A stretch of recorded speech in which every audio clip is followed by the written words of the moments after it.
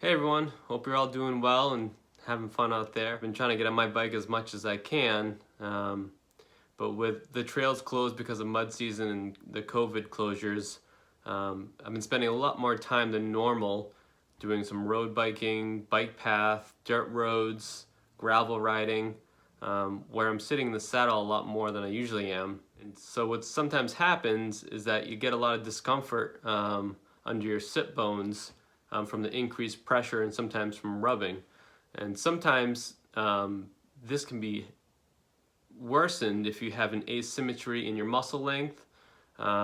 Sometimes this can be worsened just because of pure volume. So if you have more time than you normally did to get out there and ride, say you normally had an hour and a half before work or after work, and now you might have a little extra time. You spend 3 hours in the saddle. And with mountain biking, you're constantly up and out of the saddle. If you're on the roads, bike paths, gravel, you're in the saddle the whole time. And what that can do is cause extra pressure on the sit bones. Seat posts are designed so that they can angle, they can go forward and back in space.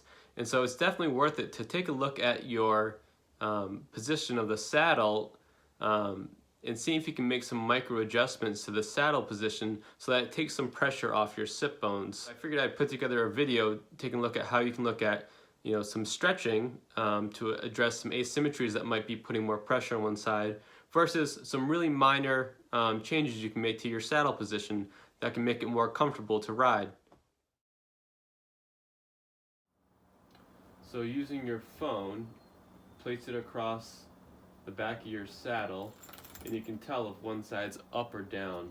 So for me, it looks like my left is up by about 2 degrees.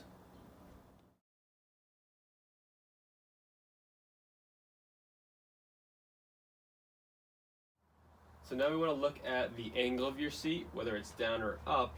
Because of the contour of the seat, it's kind of hard to use your phone here. But if you use a box that's longer than the seat, it can give you a nice measurement there. Once your seat is level, you can make small adjustments from here, usually tilting the nose downwards a little bit until it feels most comfortable. Another quick adjustment you can do is to push the saddle forward so that it puts your sit bones on the back, widest, most padded part of the saddle. So the next thing you want to look at is your seat height. If the seat's too high, you're going to get more side-to-side wobble. If you put your heel directly on the center of the axle, in the down position, you should be able to be completely straight at the knee and still sitting into the back of the seat. So here the seat is a little bit too low. When I pedal down, my knee's way too bent.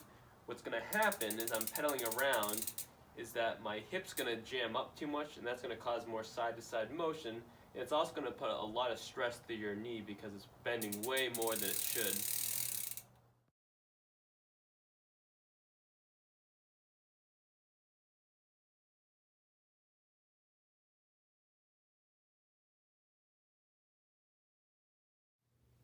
First, we'll check your hamstring length by putting your back foot up on a box so that all your weight's on your testing leg. You're going to bend forward and reach for your toes hand over hand, and then repeat on the other side so that we can see the difference side to side. Here it's way easier to see that my left is much tighter than my right.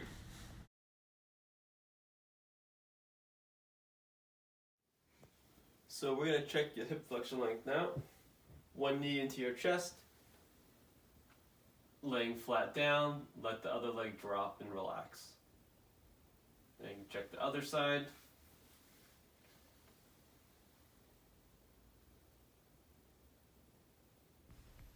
Here we are looking at testing the down leg, the one that's dropping, and the goal is to get it so that the thigh is parallel to the surface you're laying on or below it, and then the knee can bend close to 90 degrees. I'm tight on both sides, but my right is definitely much tighter than my left. Well, I hope the video was helpful. Go stretch those tight muscles and go have fun on your bike.